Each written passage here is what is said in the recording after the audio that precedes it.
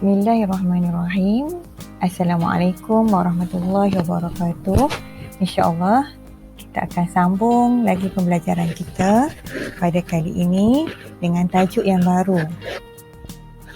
Itu hari ini kita akan belajar pelajaran yang ke-8 dalam bidang akhlak yang bertajuk Masjid Destinasiku.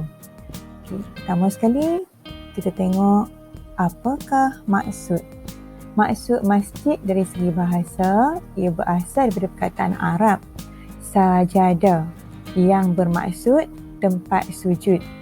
Dari segi istilah, tempat yang dibina khusus untuk solat 5 waktu dan solat sunat bagi orang Islam.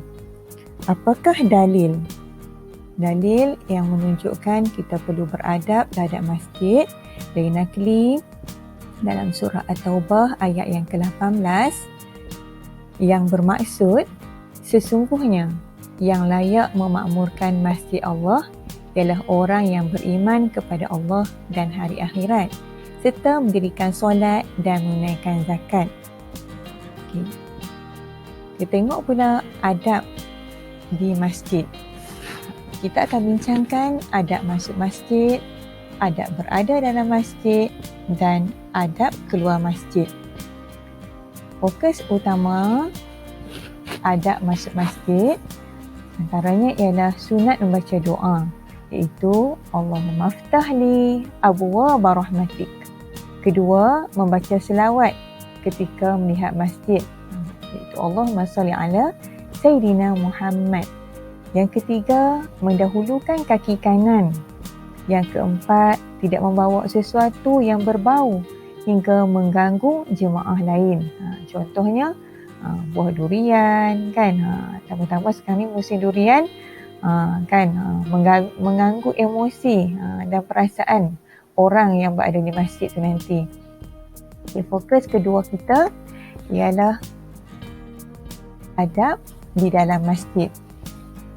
Antaranya ialah menunaikan solat sunat tahiyatul masjid dan kita niat beriktikaf di masjid.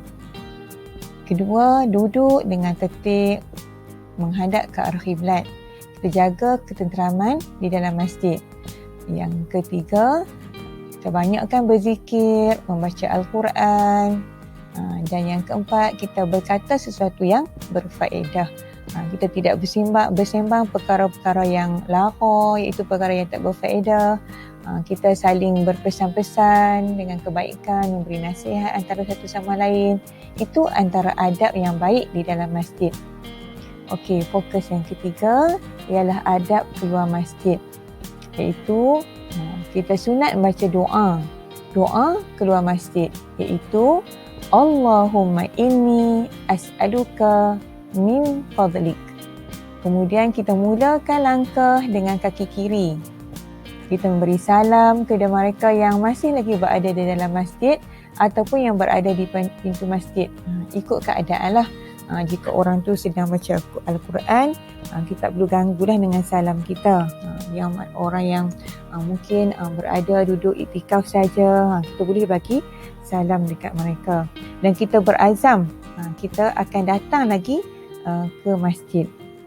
Okey, apakah kebaikan? Apakah hikmah? Apakah faedah kita beradab di masjid? Antaranya ialah kita dapat merasai ketenangan jiwa ketika berada dalam masjid. Kerana setiap jemaah di dalam masjid itu masing-masing menumpukan sepenuh hati beribadah kepada Allah Subhanahu Wa Taala, fokus pada redha Allah. Yang kedua, mengeratkan persaudaraan sesama umat Islam kerana dapat berkenalan dan memenuhi tuntutan agama.